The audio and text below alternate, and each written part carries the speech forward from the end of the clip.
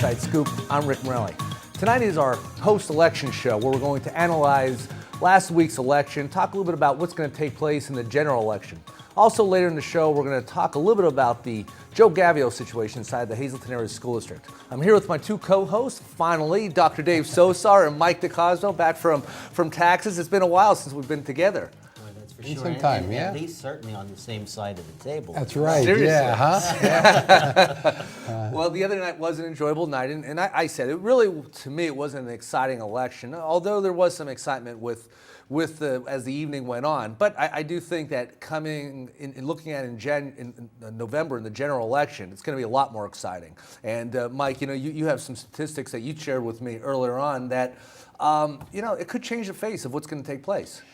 Yeah, Rick, I mean, the dynamics of politics have been changing. Everyone knows that. We talked about that election night. I mean, the hardest thing for a lot of incumbents is to get through a primary. I mean, we saw what happened to someone like Arlen Specter, maybe in the Republican Party 4 years ago, almost forced to switch parties. We saw what just happened to Tim Holden, a Blue Dog Democrat. And the statistic that I found from the state website was that the Republican Party in the last 4 years, since the last presidential election, has lost 123,000 voters, or 3.9%. And this is throughout the state. Throughout the state. Yeah, since the last presidential, in the last 4 years.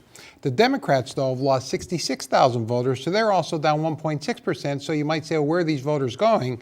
Well, the Independent Party in Pennsylvania, registered independents, have picked up 166,000 voters. Mm-hmm. Now, what does this do? And there's a call, and I'll tell you, I'd be the first person to support this. I'd love to see an open primary concept where independents could come out and vote, because then this way I think we'd never have candidates going too far to the left, too far to the right, then all of a sudden changing their tune for a general election.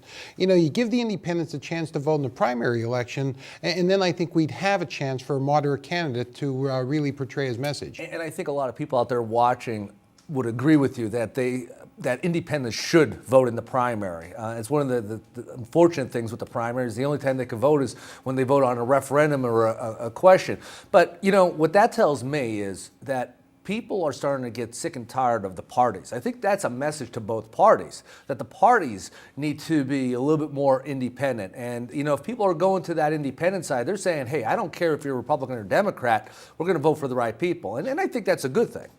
Well, Rick, one of the things, and Mike, I think you hit it on the head there before, in the fact that people are tired of the polarization. Mm-hmm. People do not like this idea that if you are a Democrat, you cannot cross the aisle and deal with a Republican, and vice versa. Yep. And they are moving more and more. But you know what? The funny part is that more and more of the candidates are going to the extremes, not listening specifically to the call for people who are joining independent parties. Well, in most of those parties, in my opinion, the core of the parties are true blue, either Republicans or Democrats.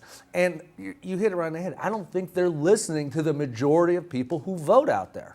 And to me, the majority of people are now starting to look for what's best. And I think when they see the polarization of voting straight ticket, the parties, I think those days are out. And again, as we're involved with politics, we go to these rallies, they're not like they used to be anywhere. They want action. People want action, and they're tired of disaction or one side simply forcing down everybody's throat what they believe to be true without giving any consideration for the entire other side. It doesn't work. And I think a real reason for the independent is, Rick, I hear it all the time in my office, but you see it on TV.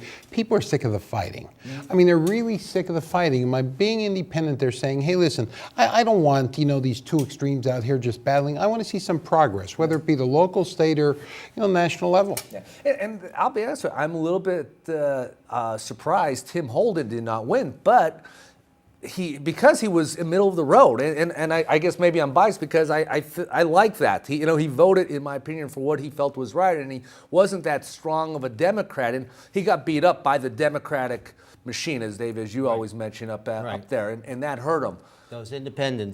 Those independents right there, had they been voting, I would guarantee you there would be a different result in the 17th Congressional District. Yep. I agree. But let's take those results, and what are those results going to mean in the general election? Let's start with Congressman Lou Barletta. Now, his opponent, we know, Gene Stilp, the pink pig. So what's this going to mean? Well, the way Lou's district has been gerrymandered, it's really Lou's election to lose. The only thing I see, and I said election night, I feel that could possibly hurt him. 4 years ago, I would have bet the house that Lou Barletta was going to win. If you remember the election 4 years ago, the presidential election, 4 weeks before the election, Lou was up by 20 points over then Congressman Konjorsky. All of a sudden, President Obama came on, and what I found in Hazle Township, and it's true throughout most of the country, is that people, the 25% of the population, vote only once every 4 years. And those people are there to vote the top of the ticket. And Democrats, if President Obama runs strong again in Pennsylvania, having Bob Casey from northeastern Pennsylvania, now Kathleen Kane, there's going to be a big Democratic turnout in northeastern Pennsylvania in this coming election. Will that hurt Lou? The way his district is set up, it's a majority of Republican voters right now. He needs to get the Republican vote out. He doesn't need to rely as heavily on the Democrats as he has in past elections. Now, 4 years ago when we discussed, there was a huge turnout, 60-some%. With the next presidential election, are we going to see such a turnout? Do we have the excitement on campuses like we saw 4 years ago? No. The youth vote is very, very, well, let's say they're just not excited right now. They don't want to come on out. As a matter of fact, it's interesting that you mentioned the independents right now, Mike, because actually Barack Obama is up amongst independents as of right now.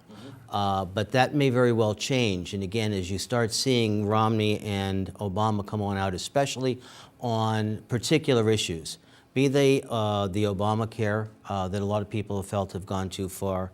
I can tell you as well that even within the Latino community, Barack Obama is not doing quite as well. He has certainly much more Democrats than Republicans to work with, but many of the Latino community do not like the number of deportations, do not like the stagnation on the passing of an immigration bill. Yeah. So again, what hurt Louis 4 years ago was with the high turnout on the Democratic ticket. He may not have that same battle, and especially the fact that he's now in a Republican majority district. Now, let me ask you, recently I saw Gene Still came out right after the election and asked Congressman Lou Barletta to sign a pledge for a clean campaign.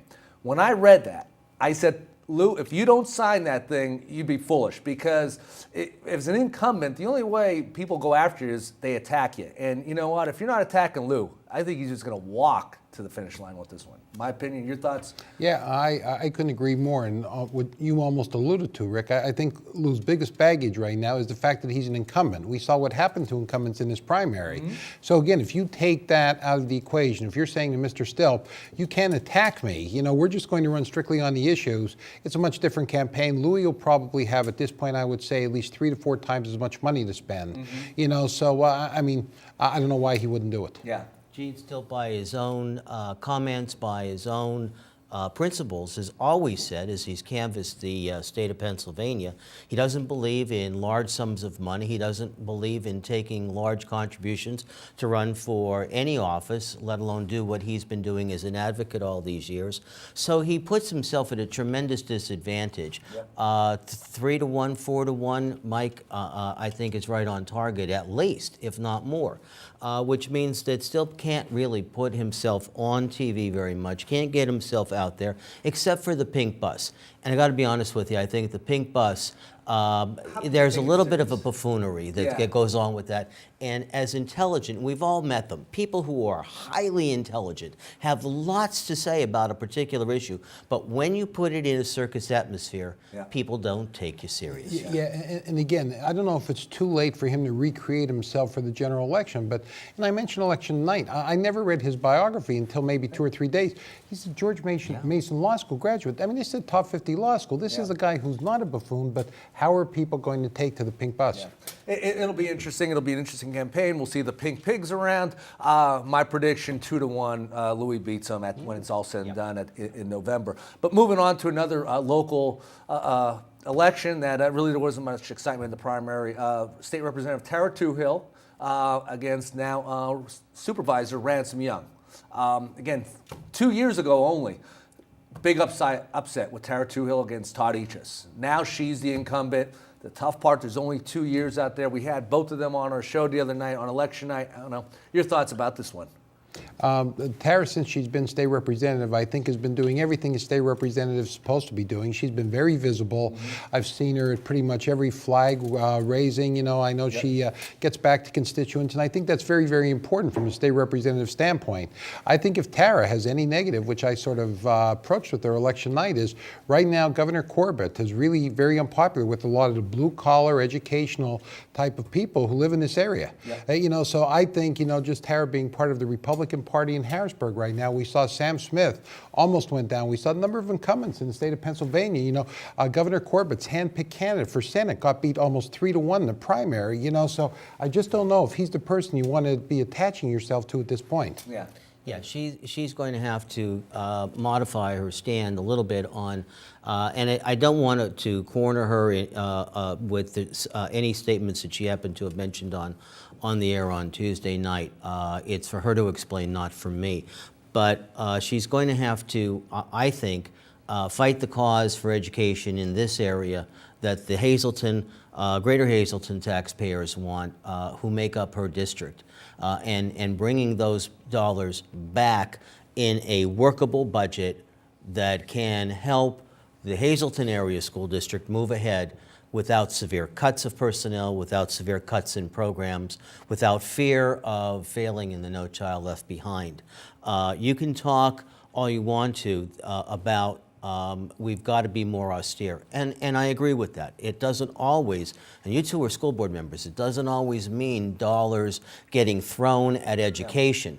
It means being concerned, however, that you don't cut further than what you really need to. Well, and again, what was funny the other night was you heard, I think Ransom Young made the comment about education being cut. And then later on, we heard the gentleman's coming on the Sam Lassane show saying, well, it stayed the same. So one of the things we try to do is find out what people say and find out the truth. And I think one of the ways to really hash that out is debates. 2 years ago, one of the reasons why Tara won her election was she was challenging Todd Eaches to a debate. And at the last second, it was thrown together. It wasn't a real debate. They had the questions. These guys need to have, in my opinion, 2, maybe 3 debates on the issues. And I think one of the hot issues out there, obviously we have education. One of the things Ransom Young mentioned was the Act 13. I don't think that's a hot issue personally around here. I don't think you're going to get a lot of votes. But those access cards, people are upset about the waste of money, of people utilizing taxpayers' money where it shouldn't be. And you know, the person who tackles that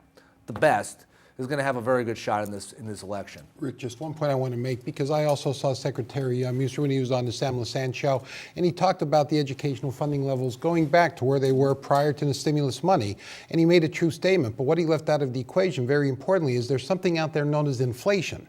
So you're giving the same amount of dollars based on statistics. 4 years ago, we've had a 3% of inflation, whether you use the core CPI or the CPE index, which basically is saying that educational funding got slashed by 12%. Well, I could tell you, all the costs in the school district and all the variable expenses continue to go up at least by the rate of inflation. Absolutely, absolutely. Gentlemen, let's take a quick break. When we come back, we'll continue to talk a little bit about the election coming up in June, as well as we'll talk a little bit about that Joe Gavio situation in the school district. Stay right there. Welcome back to Inside Scoop. We're here talking a little bit about the upcoming general election. Back to the state representative race. Ransom Young, again, a popular supervisor. He's been re-elected for a number of years, but now we're talking a whole different race. People know Ransom in the Valley, but Tara Toohill's also from the Valley. That vote, and the Valley's pretty much split when it comes to, well, the Butler, Republicans, Democrats, Sugarloaf, Cunningham, more Republican. But then when you come to the township, the city, how many people know Ransom? That's going to be one of the biggest fights I think he's going to have in this election. I agree, Rick. And the Valley, the demographics have been changing down there. I like to still divide a Valley East, Valley West. The west side of the Valley is still rock-ribbed Republican. Pretty much any Republican, including Tara, I would expect to win that almost 2-1. You know, over the past 10 years, you know, Valley East, over in the Drum side, over in the Butler Valley area, you're seeing a more even split between Democrats and Republicans. And as I said to Ransom on election night, you know, Ransom's been elected down there as a Democrat, as a Republican, and as an independent. So, I mean, he's certainly certainly knows that area down there. It's no secret. It's well reported. He's been in a lot of controversy with the other supervisor. He's finding himself in a minority down there.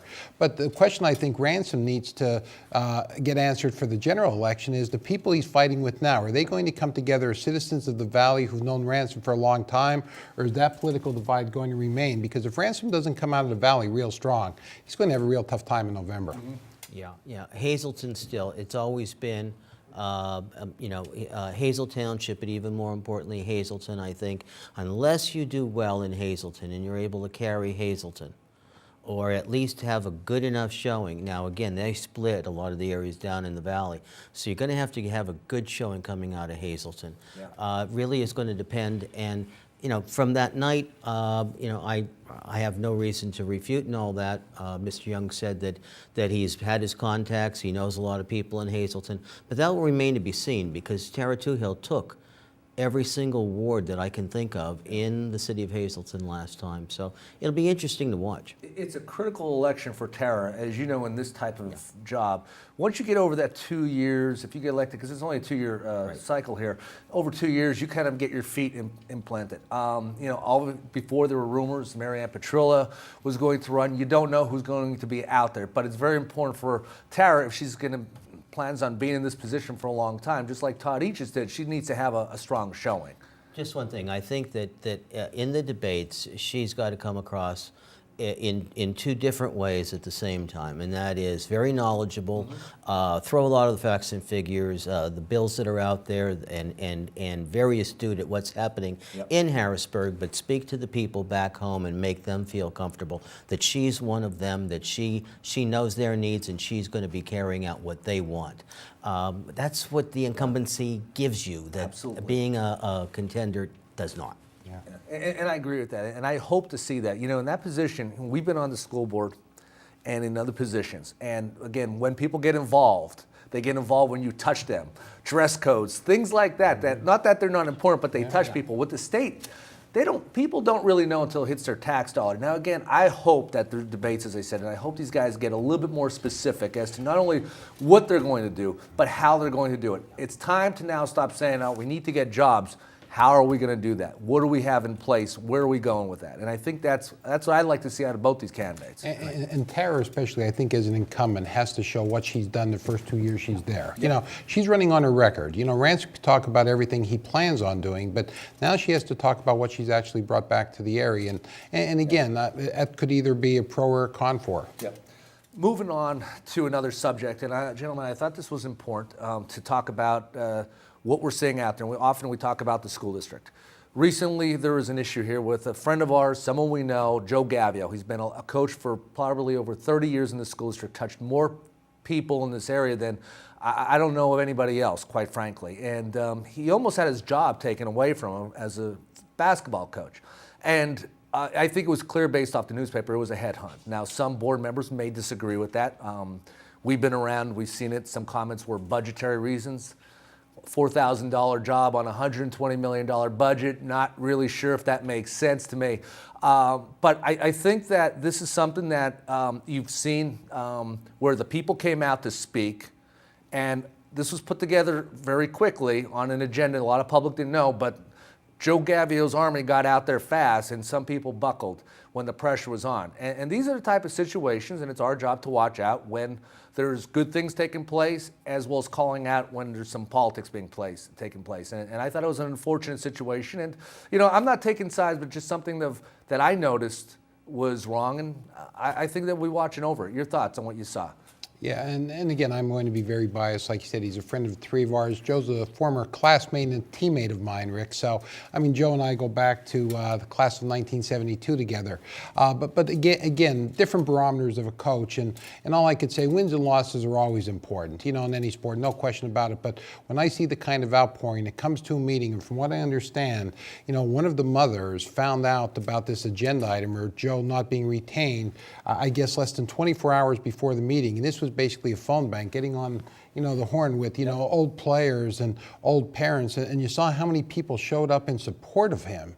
You're there long enough, you're always going to have one or two or three disenchanted parents, I guarantee it, but we didn't see any of that the other night, but I'm sure some of them are around who just didn't show up. But Joe Gavio's record and what he's done for the children of this area in the time he's been there speaks for itself. Yeah. Joe's record, when you look over the span of things, as a teacher of students outside the classroom, as a coach, is not matched by many in not only this area but probably across the state. He's a quality individual when it comes to working with the kids. I was in the district for 32 years. I heard nothing ever but praise for the kids in his class, and Mr. Gavio this, Mr. Gavio that, and the kids who played for him. Now, I also take a look at, and he's a player's coach. And by that I mean, when you take a look at it, Joe Gavio put probably as many, if not more kids in college. If you're a graduating senior and you want to go and play someplace, Joe will get you there. Joe will help you find a place where they can help you with your tuition, where you can continue to play ball, and to take that away simply because they feel like, well, you didn't win. I know that, you know that, and most of those people, 90% of those people out there watching this know that. The fact is that this was a headhunt. We know what's going on. This stems back, and we're not going to mention names, back to somebody who is somewhat politically connected, whose daughter was not playing, and there has been a headhunt on him. And it's just a shame that people who are in elected positions don't stand up for what's right.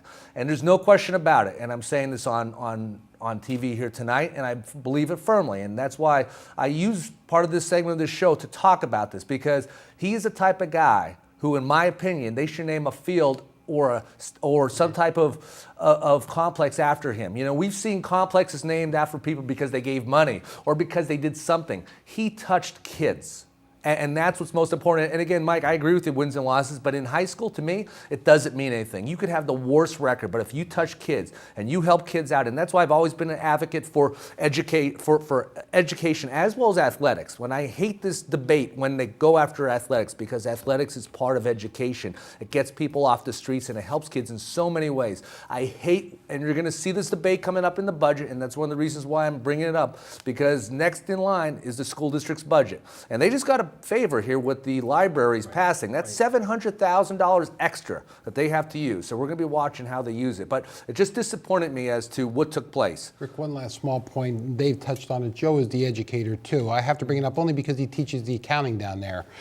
Joe followed one of my mentors, one of my all-time role models, Edmund Longo, one of the reasons I am where I'm at today. But Joe, what he instituted in the accounting department down there, he has me go back, and his daughter Laura now, too, almost on a yearly basis, where for the accounting majors down there who've done tremendously well in state competitions, just come speak to them about the field of accounting and how to go about attaining a CPA degree and what kind of jobs there are out there. And again, as an educator, Joe's second to none. Absolutely. Joe's taken on every challenge that anyone in the school district has ever asked him to take on, in terms of teaching courses, in terms of workload, in terms of everything. And I admire the ability that he has always shown. He's a quality individual. He is truly a gentleman as a coach and as a teacher and a person. No question about it. And we've heard people come on this show and campaign about nepotism and hiring friends and family. There's no question. That's politics, and that shouldn't take place. But what's also politics is when you go after someone because of a vendetta or because of some other political reason. That's politics too, and that's something that needs to be called out. So again, we didn't name any names with any school board members, but the fact is, it did come out. It was a big issue. A lot of people came to this board meeting that they never show up. So it is a legitimate issue that the public needs to be aware of, and that's why we're touching upon it tonight. And we'll continue to make sure that if it does happen or any other situation like that, whether it's a school district or any other place within our reaches here, we will discuss it. But Rick, when you talk about things and transparency as well, the school board needs to make sure that when they are doing something that they let the general public know about it, okay? That's transparent. That's true transparency. If you have the guts to do something, then do it in the general public and let the public have a chance to speak. And in this case, when the public spoke, things changed. People could, and I've said this before, and I said this to council, public can make a difference, and you don't have to be an elected official to make a difference. You just have to use your voice. So again, please make sure you use your voice when you need to. Gentlemen, we are out of time.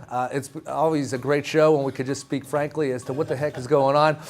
We'll be back in 2 weeks, and we'll be discussing a number of issues around us. Ladies and gentlemen, please watch us here on Inside Scoop in 2 weeks. We'll see you then, and have a great evening.